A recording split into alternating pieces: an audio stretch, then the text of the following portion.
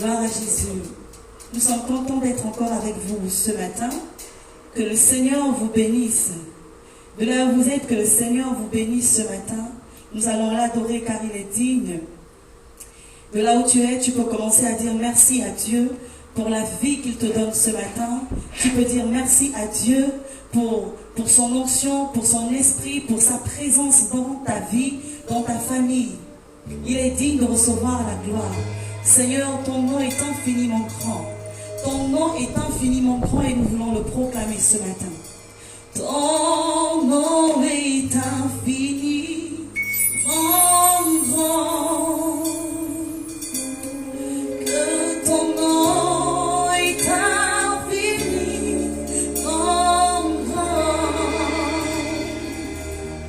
Ta majesté s'élève au-dessus des cieux. Que ton nom est infiniment grand. Tu peux le proclamer avec moi. Ton nom est infiniment grand. Que ton nom est infiniment grand. Ta majesté s'élève au-dessus des cieux. Que ton nom est infiniment grand. Nous proclamons ton nom est infiniment grand, Seigneur. Ton nom est infiniment grand. Que ton nom est infiniment grand. Ta majesté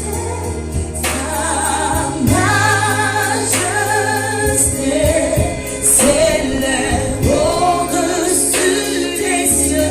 Ta majesté s'élève, Seigneur, au-dessus des cieux. Alléluia. S'élève au-dessus des cieux. Que ton nom est infini.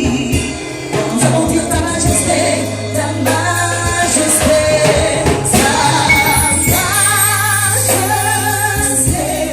S'élève au-dessus des cieux. Que ton nom est infiniment grand. Oh, ta majesté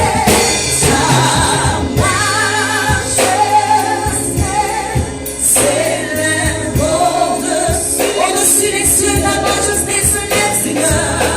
Que ton nom est infiniment grand. Oui, Seigneur, tu es grand.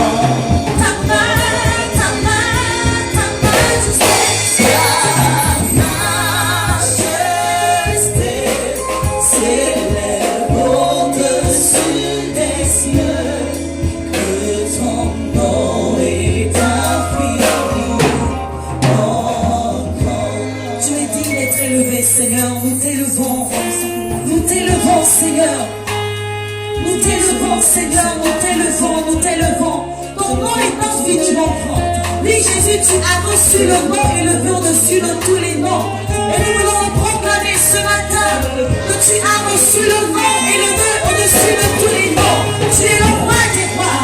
Tu es le Seigneur des seigneurs. Tu es l'alpha et tu es l'oméga. Tu es le commencement et la fin, Seigneur. Tu es alpha et tu es oméga. Oh, alpha, oméga. Oh, proclame-le. Alpha, toi, il n'y a point d'autre Dieu. Alléluia. Alpha, oméga.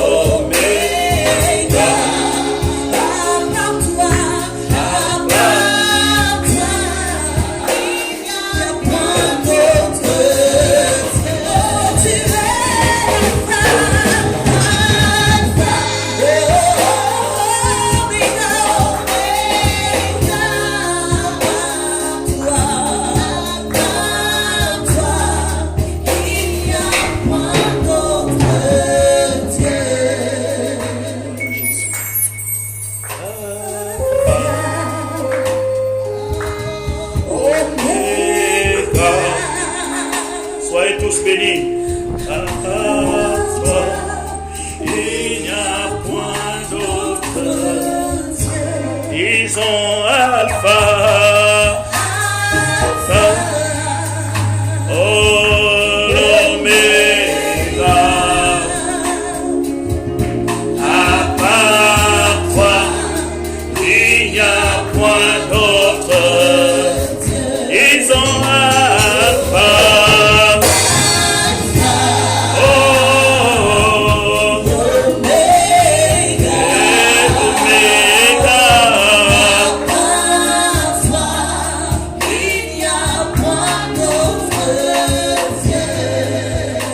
bénis.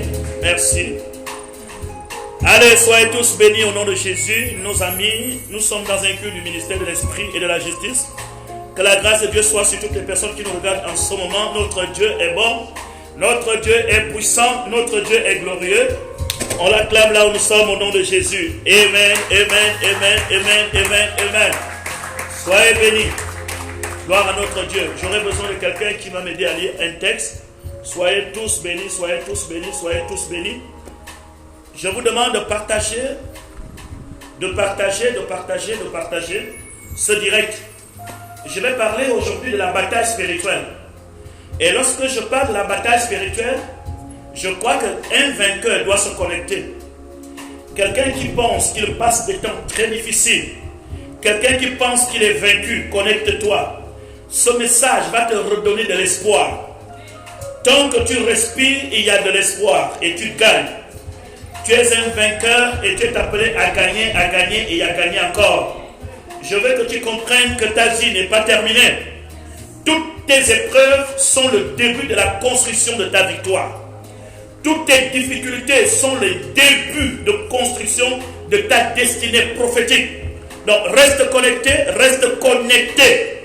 Sois branché et partage 10, 15, 20 personnes. Le message d'aujourd'hui est ton message. La bataille spirituelle. La bataille spirituelle. Nous allons parler, je crois que nous sommes dans 1 Samuel chapitre,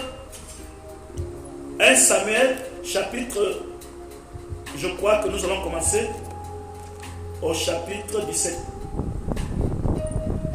Gloire à notre Dieu. Est-ce que quelqu'un est là, connecté? Soyez là, vous savez, c'est très merveilleux. Je veux quelqu'un qui a un micro là-bas. Voilà, donc ouvrez votre Bible. Voilà. 1 Samuel 17. Voilà. Vous allez commencer. Ok. Je vous donne le texte exact. À l'instant même, très rapidement, je sais que vos unités sont en train de partir. Mais ils s'en vont pour une bonne cause, une bonne raison. Je veux que vous commenciez 1 Samuel chapitre 16, commence le verset 14. 1 Samuel chapitre 16. 1 Samuel 16, verset 14. Commence la lecture au verset 14, oui. L'esprit de l'Éternel se retira de Saül, qui fut agité par un mauvais esprit venant de l'Éternel. Oui. Les serviteurs de Saül lui dirent, voici, un mauvais esprit de Dieu t'agite. Que notre Seigneur parle, tes serviteurs sont devant toi. Ils chercheront un homme qui sache jouer de la harpe, et quand le mauvais esprit de Dieu sera sur toi, il jouera de sa main et tu seras soulagé. Saül répondit à ses serviteurs, trouvez-moi donc un homme qui joue bien et amenez-le-moi. L'un des serviteurs prit la parole et dit, voici j'ai vu un fils d'Israël, Béthélémite, qui sait jouer, c'est aussi un homme fort et vaillant, un guerrier parlant bien et d'une belle figure, et l'Éternel est avec lui. Saül envoya les messagers à Isaïe pour lui dire, envoie-moi David, ton fils, qui est avec les brebis. Isaïe prit un âne qu'il chargea de pain, d'une outre de vin et d'un chevreau, et il envoya ces choses à Saül par David, son fils. David arriva auprès de Saül et se présenta devant lui. Il plut beaucoup à Saül et lui fut désigné pour porter ses armes. Saül fit dire à Isaïe, je te prie de laisser David à mon service, car il a trouvé grâce à mes yeux. Et lorsque l'Esprit de Dieu était sur Saül, David prenait la harpe et jouait de sa main. Saül respirait alors plus à l'aise et se trouvait soulagé, et le mauvais esprit se retirait de lui. Amen. Que Dieu vous bénisse. Voilà, nous commençons notre culte. Merci parce que notre Dieu est un Dieu grand. Le thème de mon message de ce matin, c'est la bataille spirituelle. La bataille spirituelle. Vous qui me regardez, vous partagez 50 personnes maintenant, c'est même plus 10, 50, 100. Je parle de la bataille spirituelle. Une bataille est une guerre. Lorsqu'on va en bataille, lorsqu'on décide de se battre, nous devons nous rassurer que nous avons les armes nécessaires pour gagner le combat. Et voyez-vous, lorsque vous lisez la parole de Dieu dans Éphésiens, la Bible dit que je vous donne, vous n'avez pas à lutter contre la chair ou le sang, mais contre les esprits. Prenez tous les armes afin de tenir ferme contre les ruses du diable. Notre bataille contre le diable est ouverte. La victoire ne se négocie pas avec l'ennemi. La victoire ne se commande pas. On se bat pour prendre possession de ce qui nous appartient. Nous sommes des combattants dans une vie, dans une famille et dans une ville. Le spirituel commande le naturel. Écoutez attentivement. Le spirituel commande le naturel. Dans votre vie, vous ne pouvez pas vous marier ou rencontrer l'homme de votre vie si l'esprit qui s'oppose à votre mariage n'est pas vaincu. Il faut que les chrétiens comprennent que c'est comme ça que les choses marchent, c'est comme ça que les choses fonctionnent. Vous ne pouvez pas trouver du travail ou de l'argent si l'esprit qui s'oppose à votre destinée, si l'esprit qui s'oppose à votre richesse n'est pas vaincu. Les esprits peuvent activer les choses qui sont dans le monde naturel. Les esprits ont la possibilité d'agir dans le monde naturel. C'est-à-dire, ils font des opérations dans les mondes invisibles. Et les opérations du monde invisible peuvent avoir de l'impact dans une nation, dans un peuple, dans une famille et dans la vie du croyant. Voilà pourquoi la Bible nous demande de prier. Pourquoi nous devons prier? Parce que chaque victoire, chaque bataille se gagne dans le monde spirituel. Lorsque Jésus vient sur la terre, Jésus est venu, il faisait la guerre contre les puissants des ténèbres, mais Jésus passait le temps à prier. Il y a plusieurs chrétiens aujourd'hui qui ne prient pas. Ils se disent que non, j'aurai telle ou telle chose même si je ne prie pas. La foi et la prière marchent ensemble. Celui qui prie doit être celui qui croit. Celui qui prie doit être celui qui espère. Celui qui prie, c'est la personne qui aura la victoire. Donc, il faudrait que nous rentrons dans le monde spirituel, libérons les choses qui nous sont destinées dans notre vie et dans notre nation. Amen, amen, amen. Donc, moi je crois que dans ta vie, la victoire t'appartient. Chaque matin, tu te lèves, tu commences à prier. Oh Dieu d'Abraham, manifeste ta puissance, manifeste ta gloire, descends en puissance. Je peux te dire que les choses que tu verras se manifester devant toi, ce sont les choses que tu as gagnées dans la bataille la nuit. Amen, amen. Je peux te rassurer que ta journée sera le résultat de la victoire nocturne. Ta journée sera le résultat de la prière que tu as fait la nuit.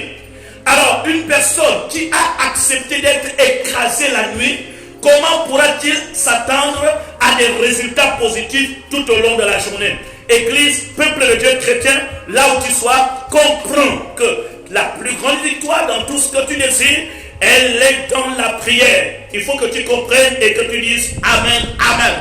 Nous sommes dans la bataille, la plus grande bataille de l'histoire. Quand vous arrivez dans une nation, pour qu'une nation soit développée, il faut qu'il y ait une très grande victoire dans le monde spirituel. Je vous dis que les esprits qui sont en l'air, qui provoquent des accidents, qui détruisent des nations, si nous ne neutralisons pas le monde spirituel, nous ne pourrons pas avoir des résultats positifs. Je vous pose la question aujourd'hui. Comment pouvez-vous imaginer quelqu'un dans un pays qui croit peut-être à la démocratie, mais qui a besoin des marabouts? Pourquoi telle ou telle personne a besoin des marabouts? Parce que tout simplement, certaines personnes croient que les marabouts, les féticheurs, peuvent agir pour avoir de l'influence sur le peuple et sur la nation. Et moi, je vais te dire, toi qui me regardes en ce moment, toute personne qui rentrera dans le monde spirituel, chercher à contrôler ta destinée, il ne réussira pas au nom de Jésus. Il y a une couverture, une protection spirituelle sur toi et sur votre nation. Il faudrait que nous assurons la sécurité autour de nous. autour de notre famille, autour de notre nation. Les esprits d'accident sont neutralisés au nom de Jésus. Les esprits de pauvreté sont neutralisés au nom de Jésus. Les esprits de malédiction ne pourront jamais t'atteindre. Même s'il y a des maladies qu'on envoie la nuit pour venir atterrir dans ta maison, ils feront un très mauvais atterrissage parce que les anges les attendent, ils vont les accueillir, ils vont les détruire au nom de Jésus. Amen, amen, amen. Donc, contrôlons le monde spirituel. La bataille est livrée. Nous allons gagner la guerre. Quelle que soit la guerre spirituelle, la guerre de la sorcellerie, nous gagnons la bataille. Nous ne sommes pas là pour négocier notre victoire. Nous prenons possession de notre victoire. On dit Amen. On prend possession de notre victoire. Voilà pourquoi je suis très content ce matin pour tous nos amis qui nous regardent. Pendant que vous êtes en train de partager, prenez possession. Vous n'allez pas gagner la bataille naturelle si vous n'avez pas la victoire spirituelle. Alors, pour se plonger dans ce texte, la Bible dit que Saül fut agité par un mauvais esprit. Regardez dans les Écritures.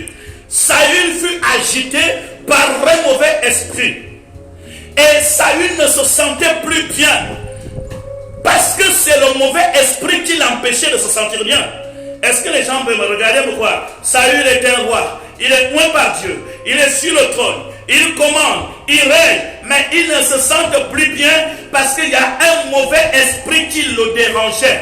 Il y a des esprits qui dérangent les familles. Il y a des esprits qui dérangent les entreprises. À partir de ce matin, nous les dégageons dans le nom de Jésus-Christ de Nazareth. Le roi fut agité par un mauvais esprit.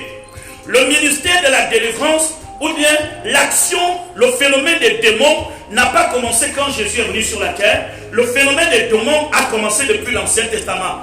Pourquoi un esprit est venu agiter Saül? Pourquoi un mauvais esprit est venu dans la vie de Saül? Vous savez, l'esprit n'a pas choisi n'importe qui en Israël. L'esprit a choisi le roi. Et lorsque l'esprit choisit le roi, l'esprit s'est dit qu'on peut assujettir Israël si le roi est perturbé par les démons. Quand le roi est perturbé, on peut avoir de l'autorité. Alors, quand vous avez une très bonne lecture de la Bible, au chapitre 16, Saül est perturbé par un mauvais esprit. Mais au chapitre 17, Goliath se lève. Est-ce que quelqu'un me comprend? Donc, Goliath prend l'autorité parce qu'il savait qu'Israël était faible. Voyez-vous, la puissance de Goliath a commencé par l'esprit. C'est l'esprit qui vient d'abord affaiblir le royaume et on fait lever Goliath en quelque sorte. Chaque bataille physique doit d'abord être une bataille spirituelle. Ça signifie que si Saül perdait la bataille contre l'esprit, Goliath devait remporter la victoire sur Israël. Est-ce que vous voyez déjà un peu?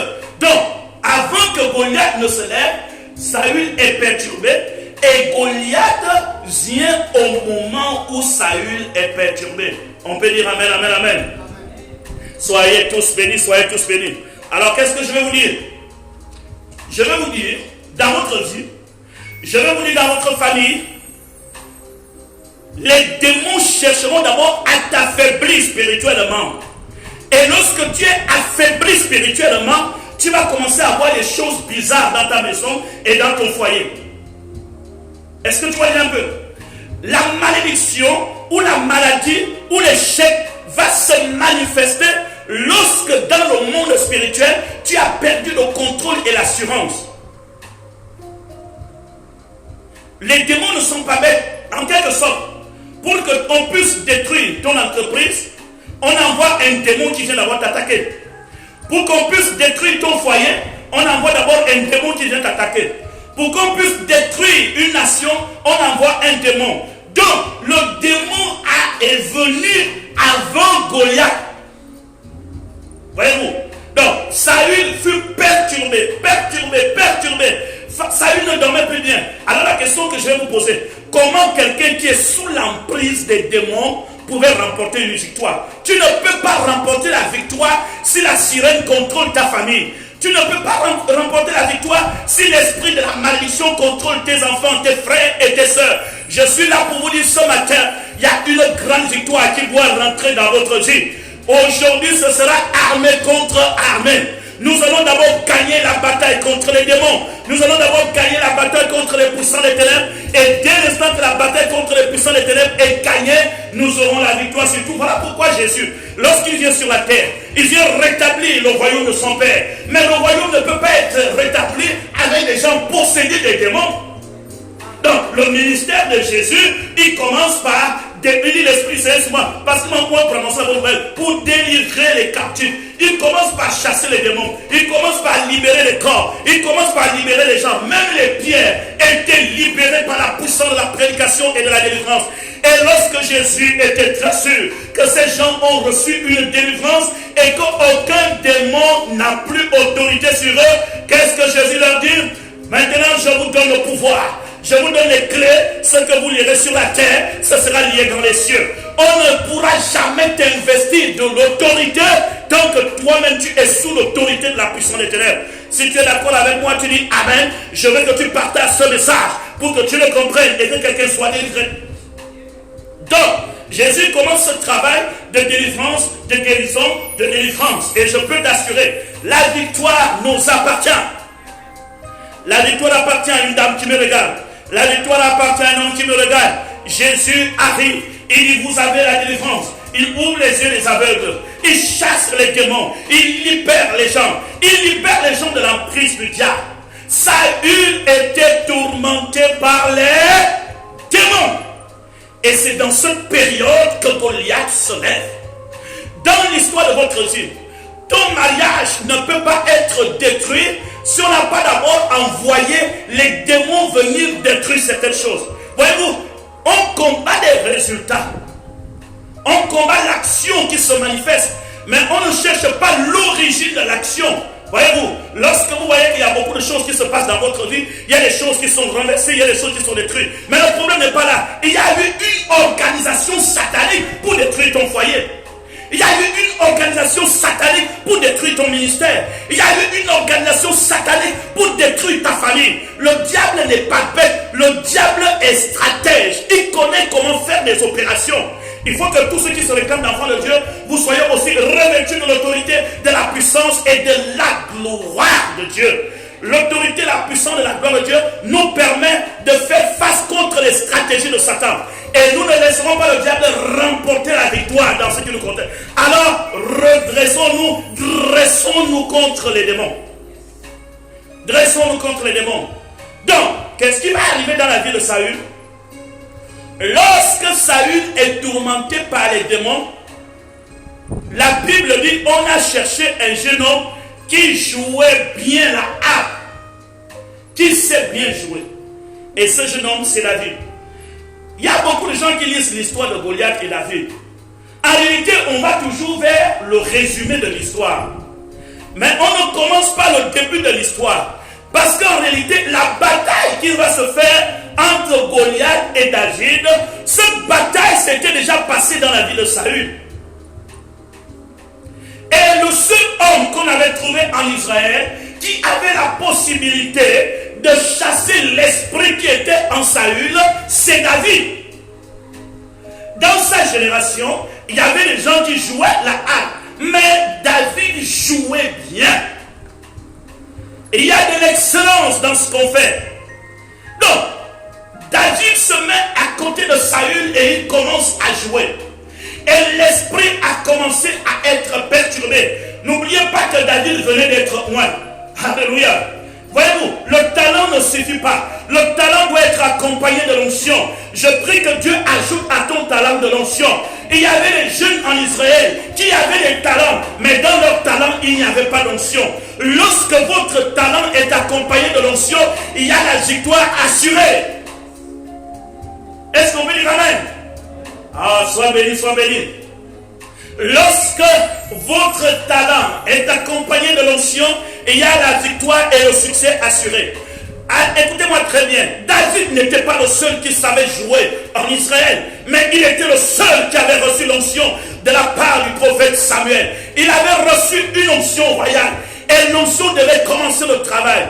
David arrive chez Saül, il commence à jouer, il commence à chanter. Et pendant qu'il chantait, l'esprit il se retirait et Saül commençait à bien se sentir. Je vais dire quelque chose à quelqu'un. Quelle que soit notre position royale, quelle que soit notre position ministérielle, nous avons besoin de quelqu'un qui est d'une véritable onction pour nous libérer du stress, pour nous libérer de la perturbation, pour nous libérer de toute action démoniaque. Il a dit, allez dans le monde, en mon nom vous chasserez les démons. Il n'y a pas que les démons dans la vie de Saül. Il y a les démons dans votre maison. Il y a les démons dans votre entreprise. Il y a les démons dans votre lieu de travail. Les démons font des dégâts. Les démons vous empêchent d'être ce que Dieu a décidé que vous soyez. Le problème des démons aujourd'hui devient très compliqué dans le monde de la chrétienté. Et il y a beaucoup de chrétiens qui disent parfois que les démons n'existent plus, ou bien que les démons ne peuvent plus l'attaquer. J'admire beaucoup votre foi et votre détermination. Mais entre ce que nous croyons et ce que nous vivons, parfois, il y a toujours un fossé. Je souhaite que ce que vous croyez soit en accord avec ce que vous vivez. Parce que lorsque votre foi est authentique, ce dont vous croyez devient une réalité de ce que vous vivez. Mais à chaque fois que vous allez constater qu'entre ce dont vous croyez et ce dont vous vivez, quand vous remarquez qu'il y a un fossé, c'est qu'il y a un problème. Soit vous croyez mal, soit vous vivez mal. Et moi je suis là pour vous dire, les démons qui perturbent votre vie doivent être déstabilisés dans ce monde au nom de Jésus. Les démons qui perturbent ton entreprise doivent être déstabilisés. Tu es ce que Dieu dit que tu es, tu possèdes ce que Dieu dit que tu possèdes, et tu vas devenir ce que Dieu a décidé que tu vas devenir. Un mystère. Pourquoi Saül, avant de rencontrer Goliath, est perturbé par un démon? Essayez d'imaginer, regardez ce qui va se passer. C'est en ce moment même que Saül est perturbé que Goliath va venir lancer un défi. Envoyez-nous un homme qui puisse me battre. S'il me bat, tout mon peuple, on vous sera assujetti. Mais si nous, on gagne, vous nous serez assujettis. Et à chaque fois que Goliath venait lancer le défi, Israël tremblait. Israël voyait quelqu'un de géant. Israël voyait quelqu'un de grand. Israël voyait quelqu'un de très fort. Bon, alors la question que je vais vous poser, pourquoi Israël se voyait inférieur à Goliath? Lorsqu'il y a des démons dans votre famille, ou bien les démons vous oppressent, ils vont toujours vous montrer que votre problème est plus grand que vous. Lorsqu'un démon vous oppresse, il va toujours te dire que tu n'es pas capable, tu ne pourras pas réussir, c'est plus fort que toi, ça ne marchera pas, tu pourrais essayer mais ça n'ira pas très loin. Il va toujours créer en toi de la peur, parce que dans la bataille, la première force c'est le courage et la détermination. Lorsque le diable réussit à neutraliser votre courage et votre détermination, alors vous êtes disqualifié pour la bataille.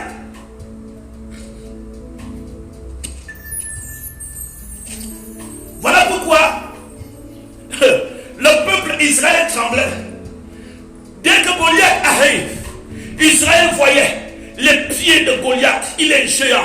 Il voyait les mains de Goliath, il voyait la tête de Goliath, il voyait le bouclier de Goliath, il voyait la lance de Goliath. Et il dit non, je ne peux pas.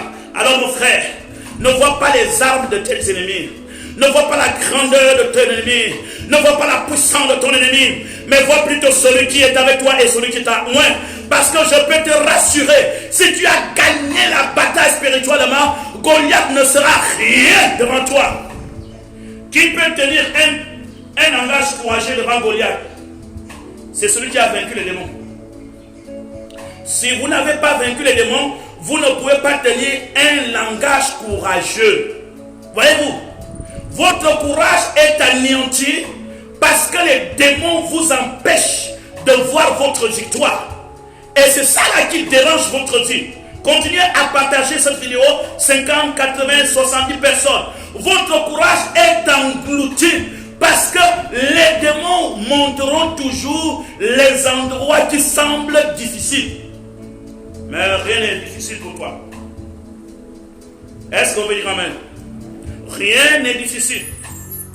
Je dis que rien n'est difficile. Et Israël tremblait comme Saül. Mais comment comprenez-vous que David n'a jamais tremblé devant Goliath? Parce que David chassait le démon qui provoquait la peur dans la vie de Saül. Quand David chantait, le mauvais esprit partait. J'appelle à quelqu'un à chanter les louanges dans sa vie. Et je vais vous dire quelque chose. Il arrivera un certain moment où vous ne savez plus quoi dire à Dieu. Il arrivera un certain moment où votre vie devient très pénible. Où tu as l'impression que quand tu pries, tu répètes les mêmes choses. Il n'y a pas de problème. Prends un chant. Commence à célébrer Dieu dans ta chambre. Commence à chanter tous les matins. Commence à bénir l'Éternel. Je vous dis que quand vous chantez avec assurance, une grande victoire rentre dans votre maison. Une grande victoire. David chantait et la victoire rentrait. David chantait et Goliath se sentait très bien. Monsieur, madame, tu es un serviteur de Dieu. Tu es appelé à faire du bien à plusieurs familles. Tu dois libérer les familles qui sont en captivité. Il y a une onction spéciale dans l'histoire de ta vie qui va libérer les rois, qui va libérer les princes. Il y a des gens qui me regardent en ce moment. Il est possible que Dieu te donne la force d'avoir des missions. Tu iras chez les princes, tu iras chez les rois. Tu vas les libérer de l'oppression et de l'oppresseur.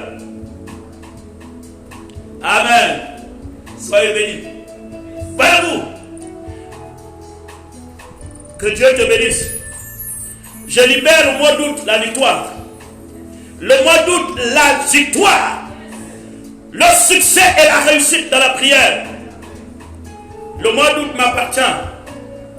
Je dis que je ne regarde pas, je n'ai pas peur des démons. Parce que les démons n'exercent aucune influence dans ma vie. Dis amen. Ne tremblez pas. Israël tremblait parce qu'Israël était envoûté. Est-ce que vous savez que les démons peuvent venir même envoûter les gens qui sont autour de toi? Et ces gens-là vont commencer à voir que non, tu peux pas, non, tu commences à avoir la peur. Je vais vous dire quelque chose dans la vie. Vous voulez aller loin, écoutez ce que dit votre cœur. Vous voulez réussir, agissez selon vos convictions. Vous voulez aller très loin, regardez ce que Dieu vous montre. Lorsque Dieu te montre quelque chose, tout le monde peut regarder, mais tout le monde ne peut pas voir. C'est pas tout le monde qui regarde et qui voit. Est-ce qu'on peut dire amen? Ou bien, tout le monde peut voir, mais tout le monde ne peut pas voir ce que toi tu vois. Me comprenez? Dis amen, je parle à ton âme. Il faut que tu regardes, ne regarde pas le corona, ne regarde pas les maladies, ne regarde pas la situation difficile. Regarde ce que ton grand Dieu est capable de faire avec toi cette année. Quand Jésus vient sur la terre, il commence à marcher. Et Jésus va poser une grande question qui reste valable aujourd'hui pour nous, tout le monde. Qui dites-vous que je suis, moi le Fils de l'homme? Écoutez la question. Qui dites-vous que je suis, moi le Fils de l'homme? Il ne dit pas moi le Fils de Dieu. Parce que s'il disait qui dites-vous que je suis, moi le Fils de Dieu, c'est une réponse c'est une question ayant une réponse. C'est-à-dire qu'on n'aurait plus besoin de répondre puisqu'il a dit que moi je suis le Fils de Dieu. Le Fils de l'homme, c'est une expression d'un être humain comme vous. Cela signifie que si je devais répondre à sa question, je devais tout dire sauf lui dire que tu es le Fils de l'homme. Qui dites-vous que je suis? Alors, on lui dit, les uns disent que tu es un prophète, les autres disent Élie, les autres disent Jérémie. Alors, il dit oui, mais vous, que dites-vous que je suis? Écoutez maintenant. Lorsque les gens regardaient Jésus, tout le le monde regardait Jésus, mais tout le monde ne voyait pas ce que Pierre voyait en Jésus. Est-ce que vous comprenez très bien? Ça veut dire que tout le monde ne voit pas ce que Dieu veut que vous voyez. Pourquoi les gens voyaient qu'il était prophète? Mais parce qu'il prophétisait. Mais vous pouvez prophétiser et être plus grand qu'un prophète. Pourquoi les gens disaient qu'il était Élie? Parce que la Bible disait qu'Élie devait revenir. Voyez-vous, chacun voit ce qu'il veut voir. Mais Pierre dit, tu n'es ni prophète, et pourtant Pierre a fait la prophétie. Tu n'es ni Élie, mais tu es le Messie, le Fils du Dieu vivant. Jésus dit à Pierre, ce n'est pas la chair et le sang qui te l'ont révélé, mais c'est mon Père qui te l'a révélé. Écoutez la réponse de Jésus. Il y a des choses dans la vie qui sont cachées. Jésus était très sûr que personne ne pourra savoir qui il est, à moins que le Père lui-même le révèle. Alors, la question devient encore plus compliquée. Pourquoi Jésus était sûr que personne ne pourra le reconnaître? Parce que sa façon de vivre est d'être parmi les hommes, à moins que Dieu te révèle que cet homme-là est plus qu'un homme, tu ne peux pas le classer dans le domaine de la divinité. Dans la vie de Jésus, il n'y avait rien qui laissait penser que cet homme est Dieu. Voilà pourquoi il dit, pour le savoir, mon Père t'a parlé. En quelque sorte, je n'ai fait rien là qui peut t'amener à répondre à cette question. C'est mon Père. Dieu cache les trésors aux yeux des hommes, aux vues des hommes. Toi qui me regardes, tu es un trésor. Je dis, tu es un trésor. Personne ne peut découvrir qui tu es à moins que Dieu ne le révèle. Parce que lorsqu'on regarde ta vie, elle est très compliquée. À un certain moment tu montes, à un certain moment tu descends, à un certain moment les choses sont compliquées, à un certain moment les choses avancent. Et quand les gens regardent, ils analysent et n'ont pas la même vision que toi. Mais Dieu sait qui tu es. Dis amen, amen. Dieu sait que tu es un trésor caché pendant très longtemps. Dieu va le révéler au monde. Que Dieu bénisse ta famille, que Dieu bénisse ta vie. Dans très bientôt, les gens vont voir la grandeur de David. Alléluia. Nous allons encore lire un texte. Maintenant, lorsque David termine d'exercer son ministère spirituel sur la vie de Saül, il va maintenant aller dans le concret. La bataille entre David et Goliath avait deux dimensions. Elle avait une dimension spirituelle que David avait déjà gagnée. Et ensuite, elle aura une dimension physique et naturelle. Si vous avez gagné la bataille spirituelle, ne craignez plus les batailles physiques. Si tu as gagné les batailles spirituelles, ne crains plus pour ton mariage. Si tu as gagné les batailles spirituelles, ne crains plus pour ton entreprise. Si tu as gagné les batailles spirituelles, ne crains plus pour tes projets. Tes projets vont se réaliser parce que tu as remporté la victoire dans le monde spirituel. On dit amen, amen, amen. Soyez tous bénis. Tu as remporté la victoire dans le monde spirituel. Tu as gagné la bataille dans le monde spirituel. Tu as vaincu Goliath dans le monde spirituel. Je vais te dire quelque chose. Tu as vaincu Goliath avant de l'avoir même rencontré. Gloire à notre Dieu. J'ai vaincu Goliath. Tu as vaincu Goliath. Tu as vaincu la sorcellerie. Tu as vaincu la maladie. Tu as vaincu l'échec. Tu as vaincu tes ennemis. Tu n'as pas besoin de les connaître et de les identifier tous, mais tu les as tous vaincus parce que la bataille est d'abord spirituelle avant d'être physique. Quelqu'un dit amen. Est-ce qu'on peut dire encore très fort? Amen. Merci Seigneur.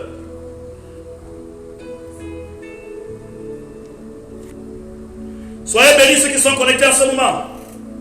Oui, soyez bénis. Et partagez. 50 personnes. Chacun partage 50. La gloire de Dieu t'appartient. Dieu me permet de te dire des choses ce matin. Les choses qui vont changer ton destin. Les choses qui vont changer ta vision. Ne regardez pas la bataille qui va se passer dans la vallée entre Goliath et David. La victoire vient d'ailleurs. Et alors, quand David finit la victoire du démon dans la vie de Saül, et il y avait déjà l'assurance, il est retourné dans son troupeau et Goliath est venu. Dites Amen. Est-ce qu'il y a quelqu'un qui a besoin de remporter la victoire cette semaine? Maintenant, je vais encore vous montrer un autre élément qui va vous introduire dans la victoire.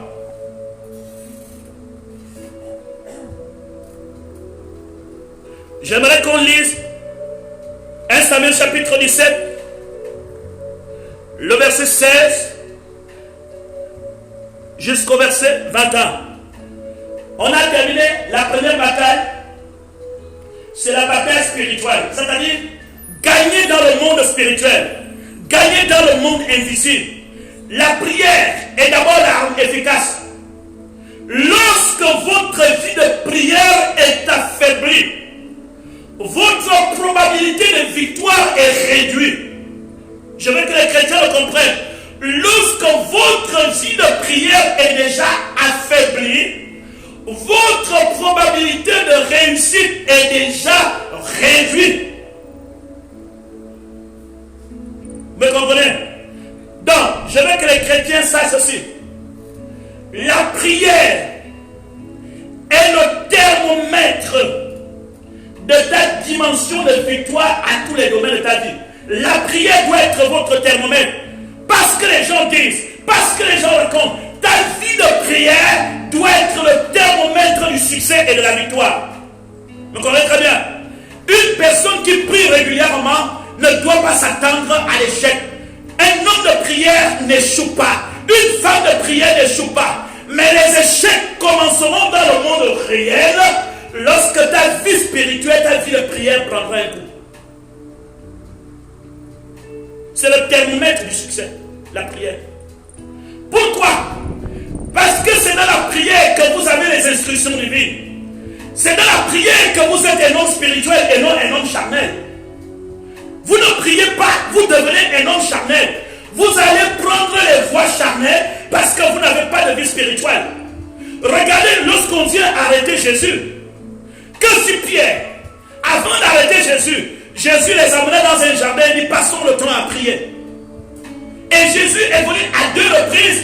Il dit vous ne priez pas, vous dormez. Veillez et priez afin de ne pas tomber en tentation. Et quand on est venu arrêter Jésus, Pierre a pris l'épée, il a coupé l'oreille d'un soldat. Quand vous n'êtes pas un instrument de prière, vous n'allez pas facilement comprendre la volonté de Dieu. Et plusieurs personnes s'égarent loin de la volonté de Dieu parce qu'ils ne sont pas des instruments de prière. La prière est l'indicateur du succès et du réussite pour tout un enfant de Dieu qui prie. En réalité, c'est dans même la prière que tu changes. L'homme de Dieu peut prêcher comme il est en train de prêcher. Ce n'est pas forcément la parole que l'homme de Dieu te donne là qui va t'amener à changer.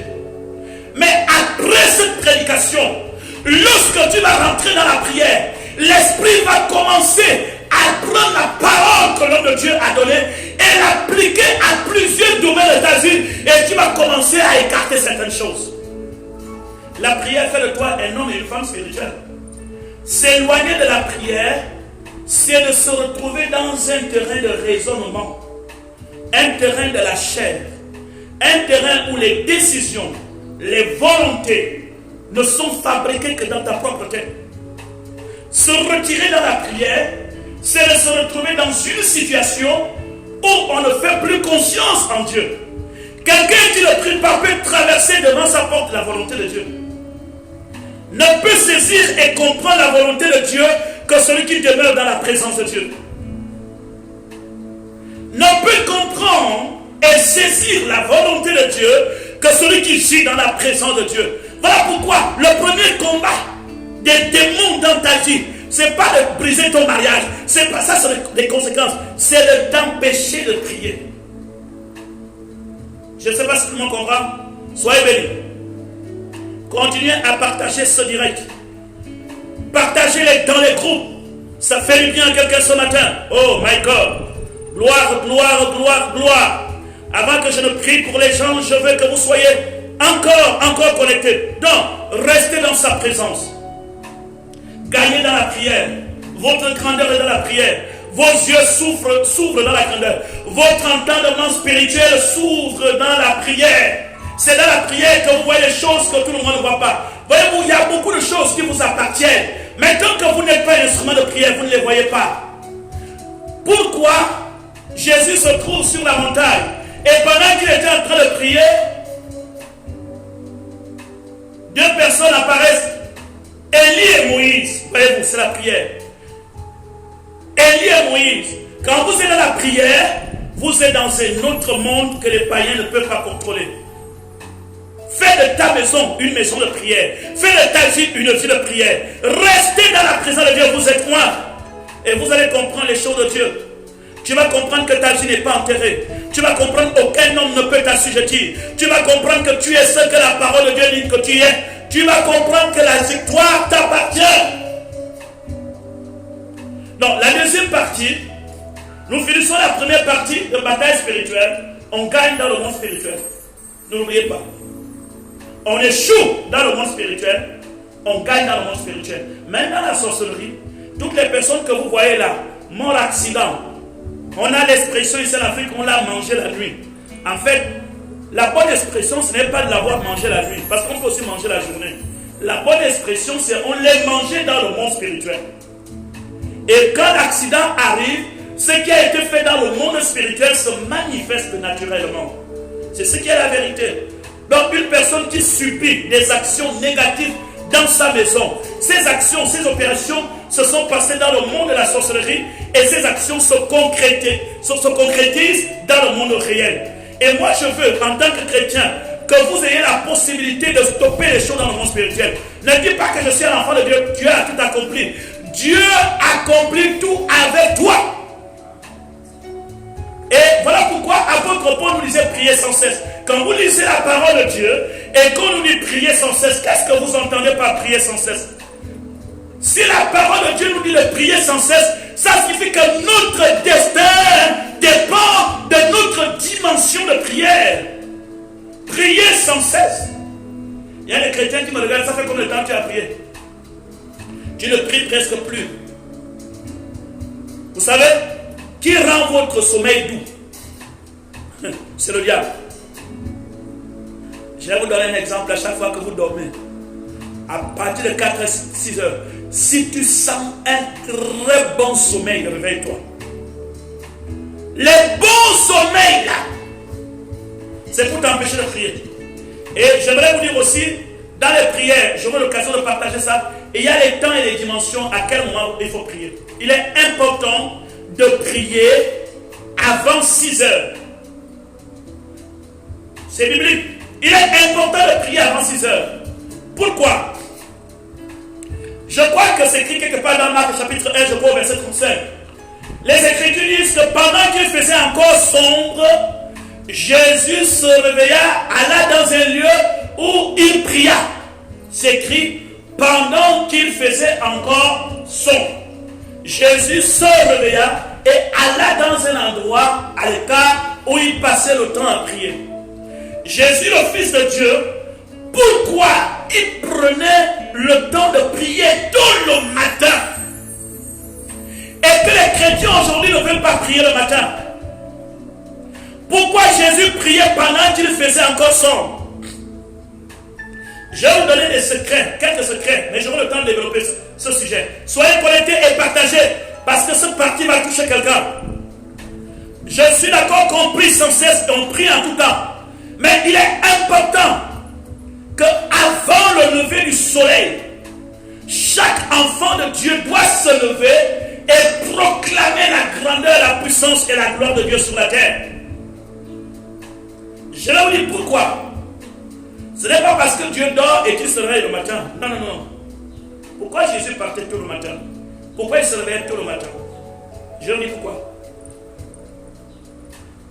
Je ne vais pas vous dire que c'est une grande révélation. Mais c'est quelque chose de vrai. Jésus se réveillait tôt le matin. La première chose, Jésus voulait d'abord parler avec son Père avant de parler de son Père des hommes. La priorité, Jésus voulait d'abord parler avec son Père. C'est-à-dire, il ne veut pas se lever le matin, commencer à s'adresser aux hommes s'il n'a pas d'abord parlé avec son Père. Je vais vous dire, faites de votre Dieu la priorité de toutes choses. Vous voulez que Dieu exerce l'autorité et l'influence dans la journée? Parlez d'abord avec Dieu avant de parler avec ton mari le matin.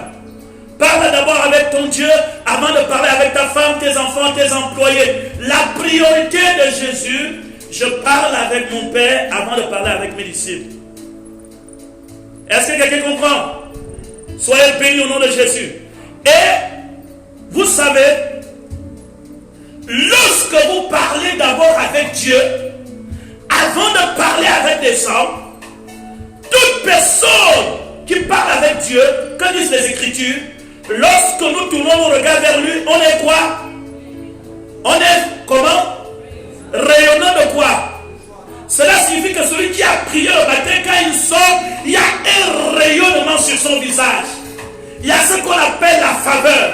Ton dossier peut passer. Tu rentres dans les administrations, les gens t'admirent. C'est comme tous les toits vont commencer à briller sur ton visage.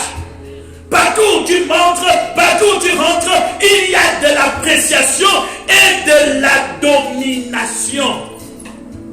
Est-ce qu'il ne vous est jamais arrivé que lorsque vous rentrez dans une administration, bien dans votre famille, il y a certaines personnes qui vous parlent, quand ils vous regardent, vous baissez votre tête, non? Est-ce que vous n'avez jamais pensé à ce instant que tel ou tel monsieur dans mon bureau a une certaine influence sur moi quand il me regarde?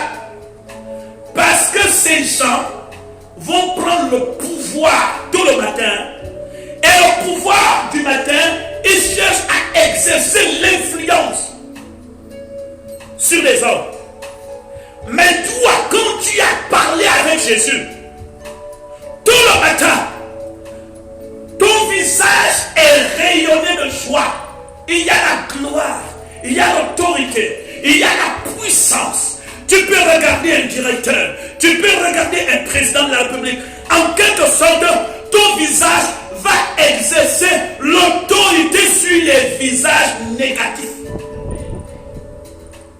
Si tu croises quelqu'un qui est dans les pratiques et qui veut t'influencer, ton influence sera au-dessus. Amen. Donc, c'est la première raison. Parler avec son Père et recevoir de son Père le rayonnement. La Bible dit que lorsque Moïse descendait de la montagne, il était en prière, le peuple n'arrivait pas à faire quoi? À le regarder. Pourquoi? Parce qu'il avait parlé avec son Dieu, n'est-ce pas? Et comment était son visage? Rempli de gloire. Est-ce que vous voyez? Je vais vous le dire. Ça ne sert à rien de frotter l'huile d'onction tous les matins. Les chrétiens, vous aimez la facilité. L'huile d'onction sur le visage n'apportera pas la gloire dans ta vie.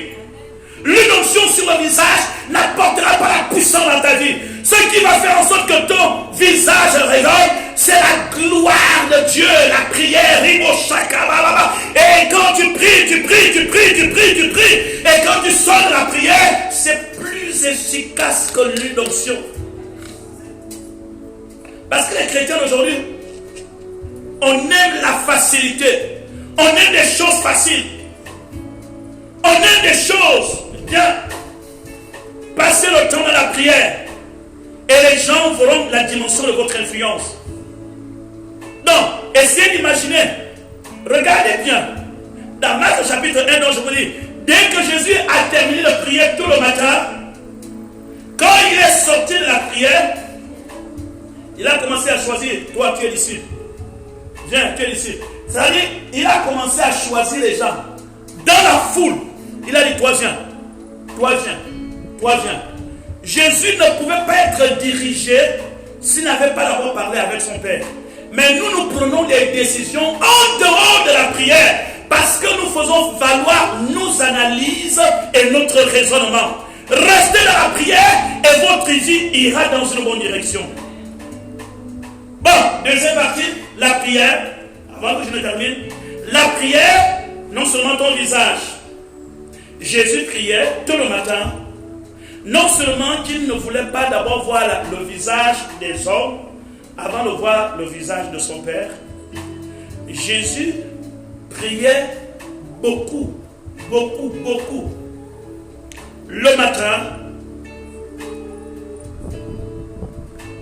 parce que il avait un grand respect de sa mission. Jésus savait que sa mission sur terre, le succès de sa mission sur terre ne dépendait pas de lui, mais de son Père. Et il disait aux gens, non pas ma volonté, mais sa volonté. Le Fils fait ce qu'il voit faire au Père. Et le Fils le fait également.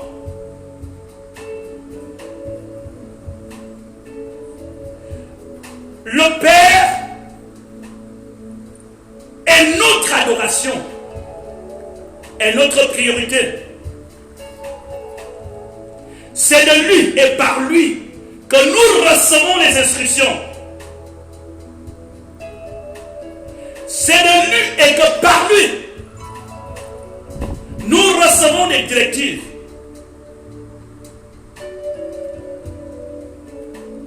Quand Jésus sortait de la prière, il ne voulait pas entendre un homme avant d'avoir entendu son Père. Vous savez, ce qui complique notre tête, on écoute d'abord des hommes et après on dit quoi? Je vais aller faire quoi? Consulter Dieu. C'est pas ce qu'on fait. C'est-à-dire les gens nous parlent d'abord. Oui, c'est ça. Les gens te donnent les instructions. C'est suite à ces instructions que toi tu dis quoi? Laissez-moi le temps d'aller prier pour voir. Jésus ne fonctionne pas comme ça. Jésus, lui, prend d'abord les informations de son Père. Et quand il a pris les informations de son Père, tout ce que les gens peuvent lui dire, si cela ne correspond pas à ce que son Père lui a dit, il ne les écoute pas. L'esprit de confusion est dans la tête de plusieurs pasteurs, de plusieurs serviteurs de Dieu, même au milieu chrétien. C'est parce que nous écoutons d'abord les hommes avant d'écouter Dieu. Et ce sont les informations des hommes que nous amenons vers Dieu. Suivez-moi, vous-même, vous êtes le plan divin de Dieu sur la terre. Ce n'est pas les hommes qui vous fabriquent. C'est comme quand quelqu'un, vous êtes comme une maison, qu'un architecte a fait le plan. Et quelqu'un rentre dans cette maison, il dit non, ça là c'est pas bon. Oh, mais la porte là c'est où? Mais il fallait casser ici pour laisser une ouverture. La personne ne connaît pas le plan de la maison et il apporte des propositions de casser la maison parce qu'il ne connaît pas le plan.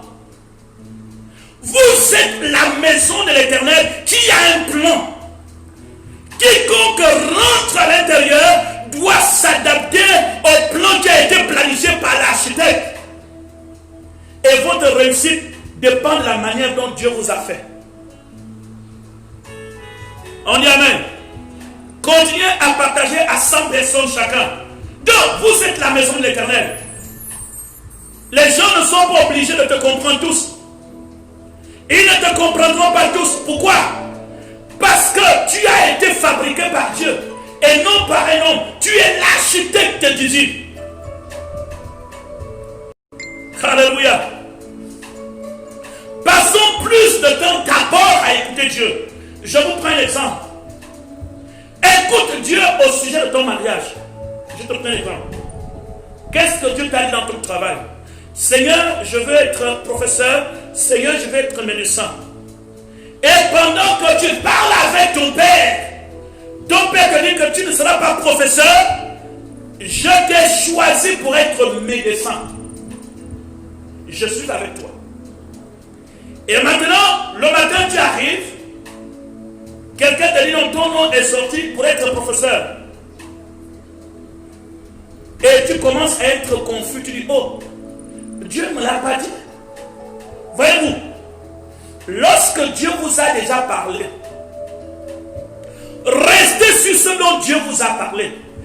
Parce que Dieu est capable d'intervenir et de changer les situations au sujet de ce qu'il t'a dit. Dieu ne soutient pas la logique des hommes, mais Dieu soutient la volonté qu'il a imposée dans ton cœur. Dieu ne soutient pas la logique des hommes. Et le plus souvent, l'église d'aujourd'hui, les gens de manière générale, marchent avec la logique des hommes, mais pas avec la parole de Dieu. Amen. Voilà pourquoi aujourd'hui, il faut éviter beaucoup de consultations. Les gens qui passent le temps à consulter les prophètes, c'est les gens qui ne prient pas. Je ne dis pas que le prophète ne peut rien. Le prophète peut te donner des directives. Je suis prophète parce que je suis un homme de Dieu. Tout homme de Dieu est prophète. On ne base pas sa destinée sur la consultation prophétique. Un chrétien qui base sa destinée sur des consultations prophétiques, c'est un chrétien qui n'a pas une relation privilégiée avec Dieu. Les prophètes sont là. Encore que le prophète de la nouvelle alliance ne te donne pas des orientations, mais il te donne de la confirmation. Le prophète de la nouvelle alliance ne te dit pas ce que tu ignores, mais il vient confirmer ce que Dieu a imposé dans ton cœur. Les prophètes de l'ancienne alliance donnaient des orientations parce que l'Esprit de Dieu n'était pas sur tout le monde. L'Esprit de Dieu dans l'ancienne alliance ne pouvait saisir que des prophètes. Mais dans la nouvelle alliance, il est écrit: je répandrai de mon esprit sur toute chair, vos fils et vos filles prophétiseront. Donc tout prophète qui se lève dans cette génération n'a qu'une seule et unique mission: confirmer, édifier, fortifier et de venir laisser la parole pour que ce qui t'a été déjà dit par le Saint-Esprit soit clair dans ton esprit. Amen. Maintenant, si tu fais des prophètes l'orientation de ta destinée, voilà pourquoi vous allez voir tous ceux des autres aujourd'hui. Il y a des gens qui vont faire les mariages parce que le prophète X m'a dit d'aller épouser la sœur telle, même si je n'aime pas la sœur, même si le frère n'aime pas la sœur, même si la sœur n'aime pas le frère. Mais comme le prophète a déjà dit, on sera obligé d'être ensemble, on va encore faire commencer le prophète. Et quand vous allez dormir la nuit, vous allez faire quoi? C'est le prophète. Et quand c'est l'heure de faire les enfants va arriver, vous allez faire comment? Le prophète. Non. Ne soyez pas esclaves de la prophétie. Ne soyez pas esclaves de la mission prophétique. Ils sont nécessaires. Ils sont importants. Mais ils ne sont pas indispensables. Développez votre relation avec Dieu. Parlez régulièrement avec Dieu. Dieu parle. Dieu parle. Dans la nouvelle alliance, chaque personne qui marche avec le Saint-Esprit va comprendre les choses. C'est la parole qui est une lampe à mettre une lumière sur mon chantier. Est-ce qu'on peut dire Amen? Laissez-moi terminer. Excusez-moi de terminer vos données mobiles, ceux qui ont le Wi-Fi. Je constate qu'en Afrique, les gens se déconnectent vite. Je comprends, l'internet coûte cher. Ceux qui restent connectés en ce moment, c'est ceux qui sont en Europe. Il y a le Wi-Fi. Ben, il faut supporter, il faut encore ajouter. Pour terminer, la Bible dit, lisez-moi le verset là. On termine par là. 1 Samuel chapitre 17, le verset 16 à 21. Qu'est-ce qui est écrit? 1 Samuel 17, verset 16 à 21. Oui. Le Philistin s'avançait matin et soir, et il se présenta pendant 40 jours. Isaïe dit à David, son fils, prends pour tes frères 7 épha de grains rôtis et 7 pains, et cours au camp vers tes frères. Porte aussi 7 fromages au chef de leurs milliers. Tu verras si tes frères se portent bien, et tu m'en donneras des nouvelles sûres. Ils sont avec Saül et tous les hommes d'Israël, dans la vallée des Térébintes, faisant la guerre aux Philistins. Pendant que la sœur lit, je vous demande de partager 50, parce que ce qui sera dit sera important.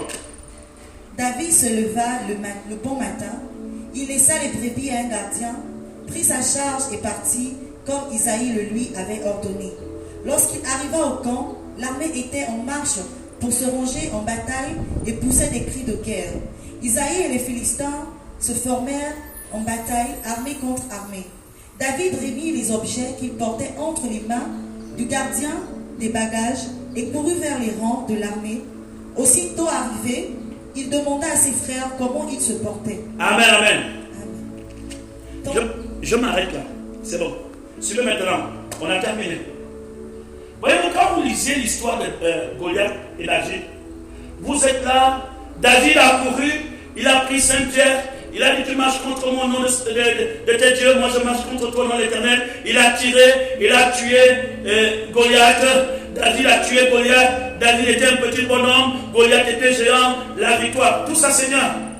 Je vous dis que notez ça dans vos cahiers, dans votre vie. Une victoire se construit. Une bataille se construit. Il n'y a pas une bataille d'apparition, paf, bagaille, j'ai gagné. C'est-à-dire quoi? Les Écritures parlent du moment où David est loin jusqu'à ce qu'il va vaincre Goliath. La victoire de David ou de tout Israël n'est pas résumée que sur la bataille. Est-ce qu'on peut dire amen? Je veux que vous reteniez ceci. Au nom de Jésus.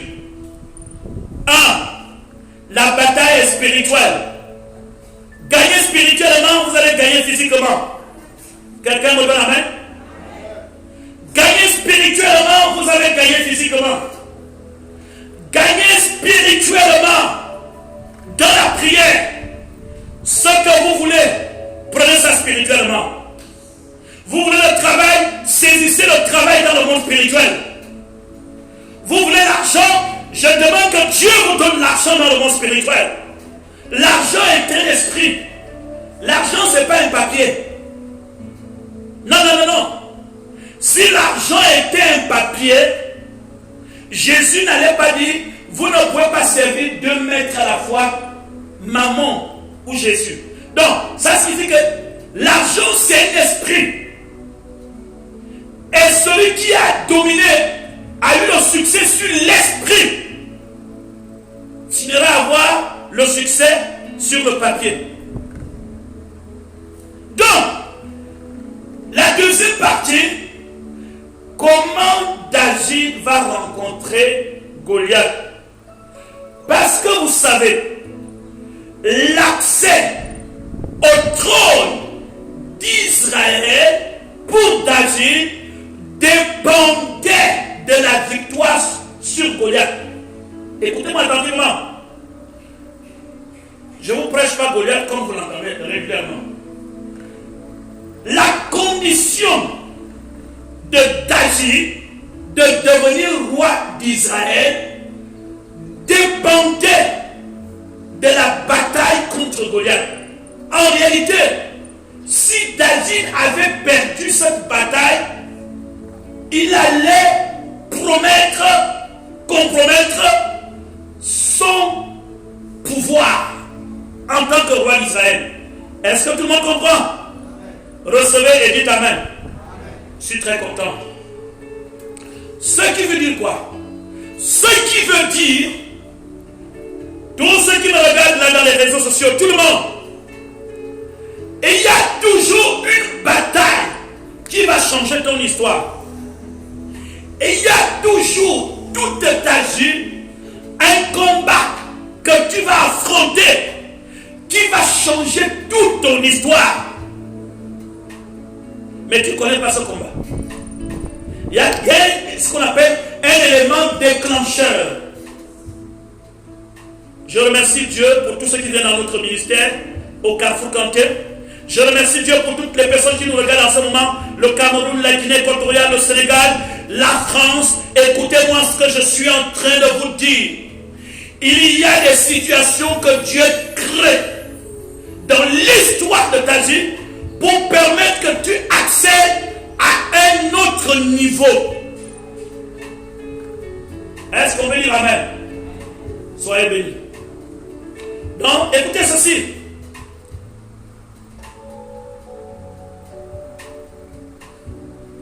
Vous voulez être roi d'Israël, il faut rencontrer qui? Goliath, n'est-ce pas? Je vous salue tous. Donnez-moi les cœurs et partagez. Maintenant, suivez. Je vais vous parler avec la sagesse. Il faut rencontrer Goliath.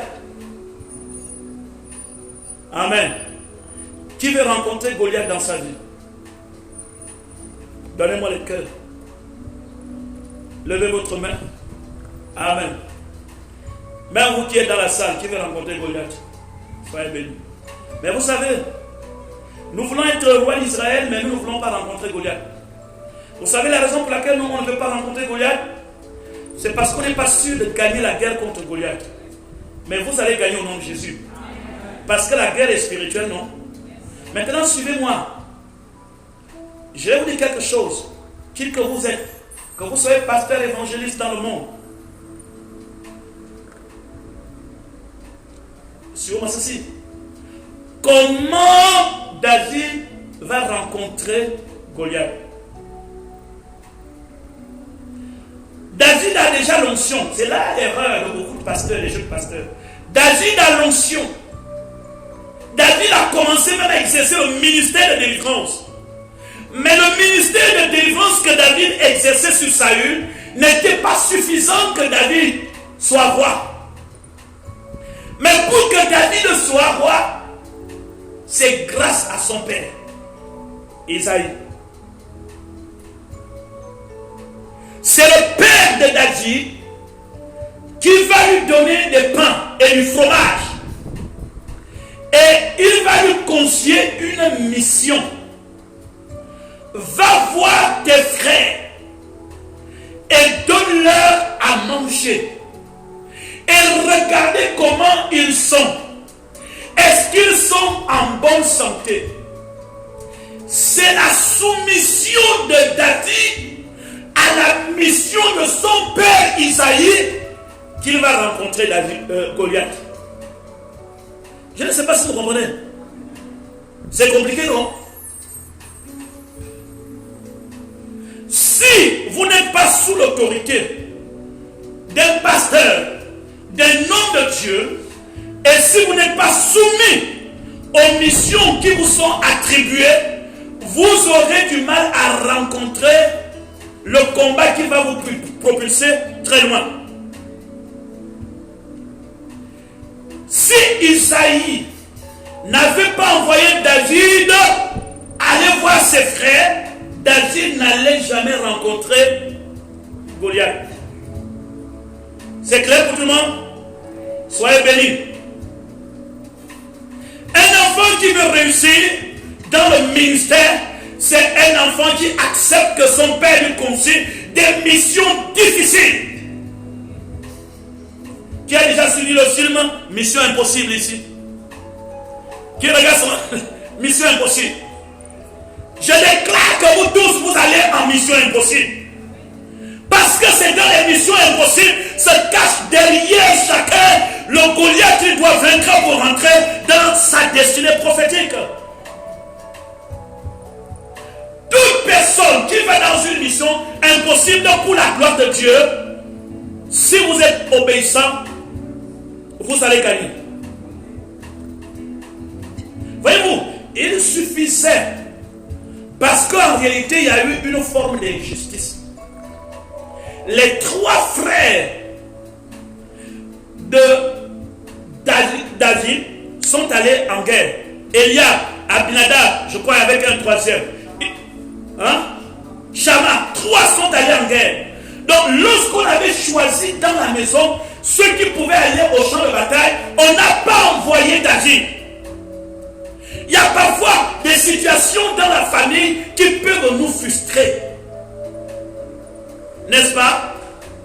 Dans vos familles et même dans l'église, ton père peut prendre des décisions qui peuvent parfois te frustrer. Mais on peut venir prendre la parole qui dit toute chose concourt au bien de ceux qui aiment Dieu. Si vous êtes un homme spirituel, si vous êtes une femme spirituelle, même n'importe quelle frustration tournera toujours à votre avantage. David n'est pas parti. On l'a disqualifié. Et pourtant, il avait déjà servi dans la maison du roi. Vous savez pourquoi on avait disqualifié David? C'est parce que le jour qu'il avait joué la harpe et que le démon est sorti, on lui avait fait un essai. On lui a donné les armes de Saül. Et quand il transportait les armes de Saül, il n'arrivait pas à les porter. Et le fait qu'il n'arrivait pas à porter les armes, on l'avait disqualifié comme un combattant. Amen. Le monde peut te disqualifier, mais Dieu est avec toi. Les hommes peuvent te disqualifier, mais Dieu est avec toi. Je veux que chaque chrétien fasse en sorte que sa situation se retourne toujours en ta faveur. Que tous les temps où tu as été frustré, que tout cela retourne en ta faveur. Dis Amen. Est-ce qu'on peut dire Amen? N'importe quelle frustration doit retourner en ta faveur. Si quelqu'un t'injure, que cette injure soit transformée en une gloire. Mais lorsqu'on envoie David peut dire non, moi je ne parle pas. Tout le monde est parti. Pourquoi c'est moi? Va voir tes frères. Cet enfant était très obéissant. Il était très soumis. C'est dans son obéissance, dans son soumission, qu'il va croiser la porte qui va le propulser à la royauté. Et c'est ce qui manque à la génération d'aujourd'hui. Je déclare dans votre vie, dans chacune de vos vies, allez-y en mission. Voyez-vous, Jésus voulait changer leur destin. Qu'est-ce qu'il leur dit? Allez partout dans le monde entier, prêchez la bonne nouvelle à qui? À toute la création. Je vais vous dire quelque chose. Et je le dis au nom de Jésus. Obéissez à la voix de l'Éternel, votre Dieu, et votre vie va changer. Suivez la mission de Dieu, et votre vie va changer. Acceptez des missions impossibles. Mais pourquoi c'est à moi que le pasteur envoie? Mais pourquoi c'est à moi que le pasteur envoie? Mais pourquoi c'est toujours moi? Frère, je prie que dans chacune des missions que tu vas accomplir, qu'il y ait une réponse à ta prière derrière. Qu'il y ait une réponse à ta prière.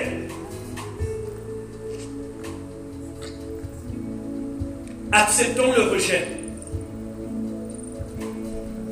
Acceptons qu'on soit frustré. Vous savez, votre destin est plus grand.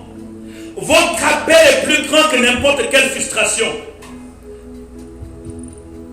Soyez quelqu'un de soumis. Vous n'êtes pas comme tout le monde. Vous n'êtes pas tout le monde.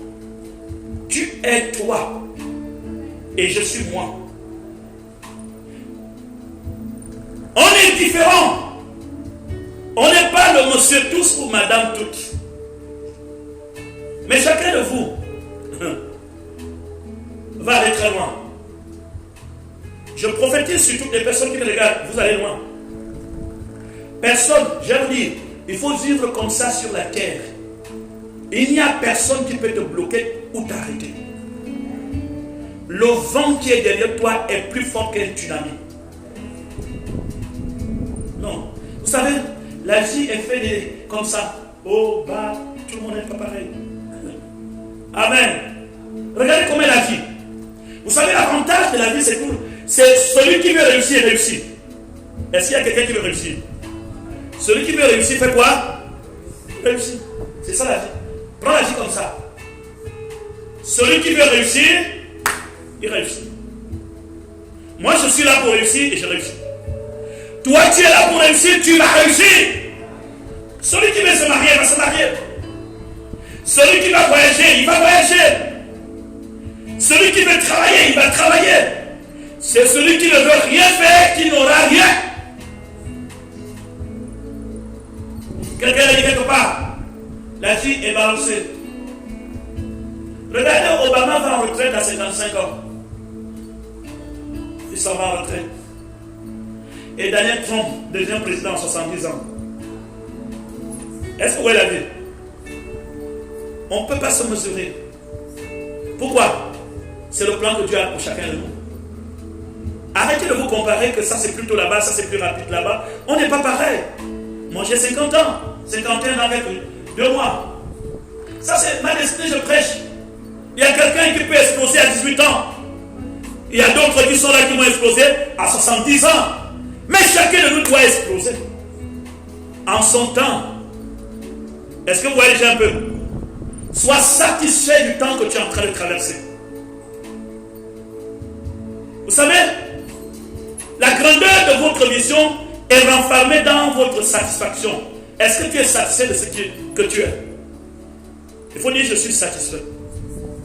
Mais quand vous n'êtes pas satisfait, que vous ne faites plus d'efforts, quand vous avez l'impression que c'est de l'injustice, que le ciel s'abatte sur vous et que vous vous sentez faible, aucune injustice n'est faite à votre rencontre.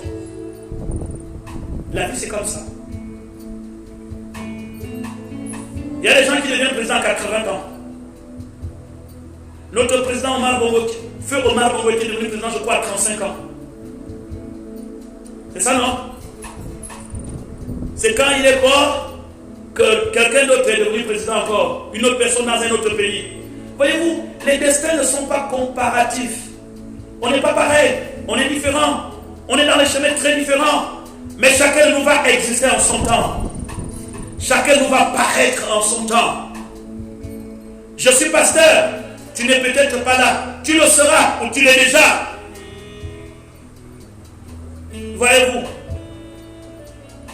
vous avez les grands hommes de Dieu qui prêchent. Billy Graham, à 100 ans, jusqu'à sa demeure, il prêche l'évangile assis sur une chaise roulante. Maurice Cirillo, qui est passé au Gabon, ça fait peut-être 1 mois qu'il vient de nous quitter, qui vient de rentrer dans la gloire et qui a commencé à prêcher à son époque. Voyez-vous, la vie c'est comme ça, chacun est dans sa dimension.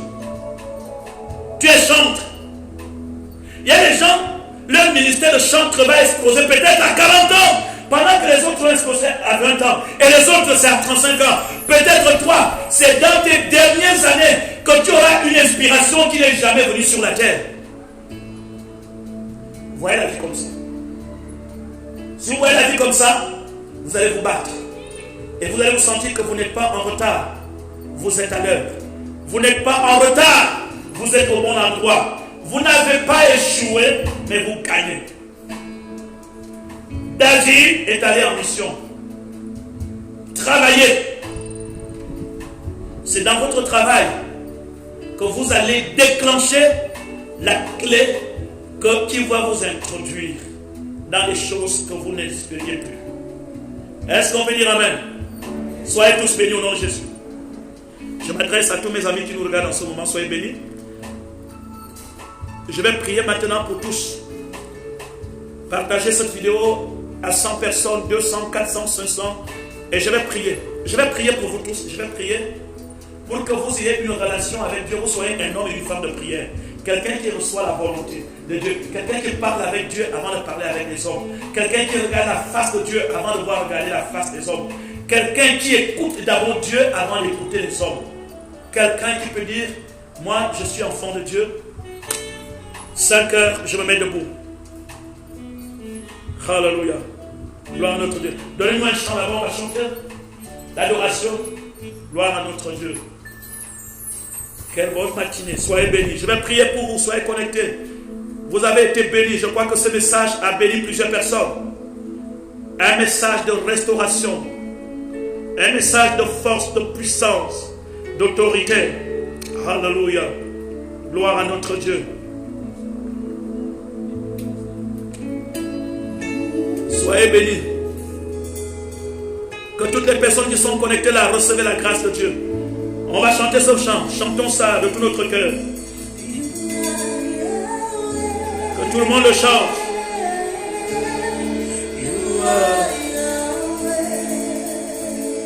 Oh yes. Partagez quelque chose va se passer dans ta vie à cet instant même.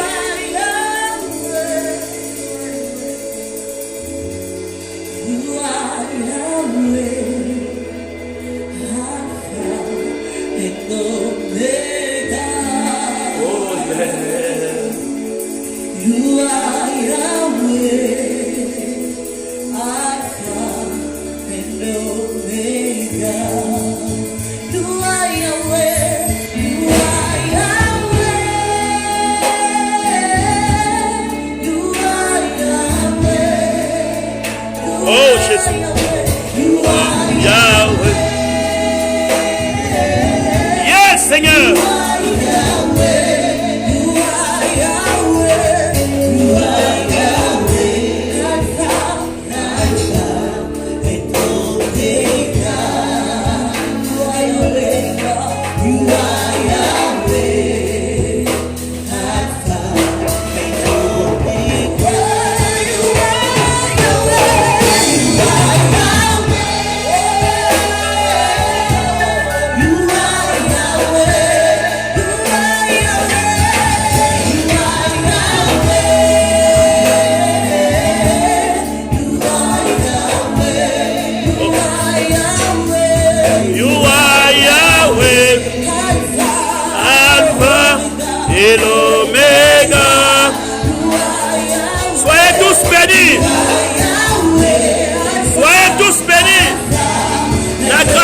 Sur vous.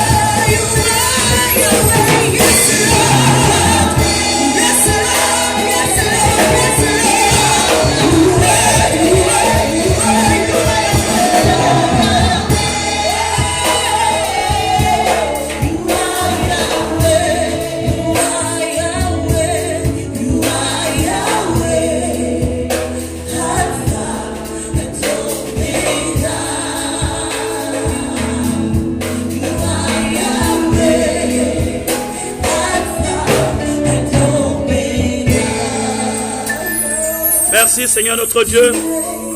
Que la grâce de Dieu soit avec vous tous. Que le Saint-Esprit visite chacun de vous. Que la présence de Dieu rentre dans vos familles, dans tout ce qui vous appartient. Soyez tous bénis. Soyez revêtus de gloire, d'autorité et de puissance. Que la main de l'Éternel repose sur chacun de vous et que sa grandeur se manifeste. Soyez tous bénis et remplis de gloire et de puissance. Que Dieu vous introduise dans une nouvelle dimension. Gagnons tous ensemble les batailles spirituelles. Gagnons tous ensemble des combats spirituels. Manifestons la puissance de Dieu dans notre famille, dans notre foyer. Que tous les démons qui oppressent nos foyers et nos familles soient neutralisés et anéantis au nom de Jésus. Oh Dieu, dans ta parole il est écrit, qui enverrai-je? Mais chacun de nous peut te dire, envoie-moi. Nous sommes prêts pour la mission. Et dans cette mission, plusieurs rencontreront Goliath. Mais c'est derrière cette bataille que nous allons monter sur le trône qui nous est destiné. Nous bénissons ton nom, nous bénissons toutes ces personnes. La grâce et la faveur de Dieu soient avec vous. Au nom de Jésus-Christ. Amen, amen, amen. Soyez tous bénis. Adorons-le, remercions-le. Remercions-le. Merci pour ceux qui sont connectés. Chance-Père, sois béni. Anne-Christelle, sois bénie.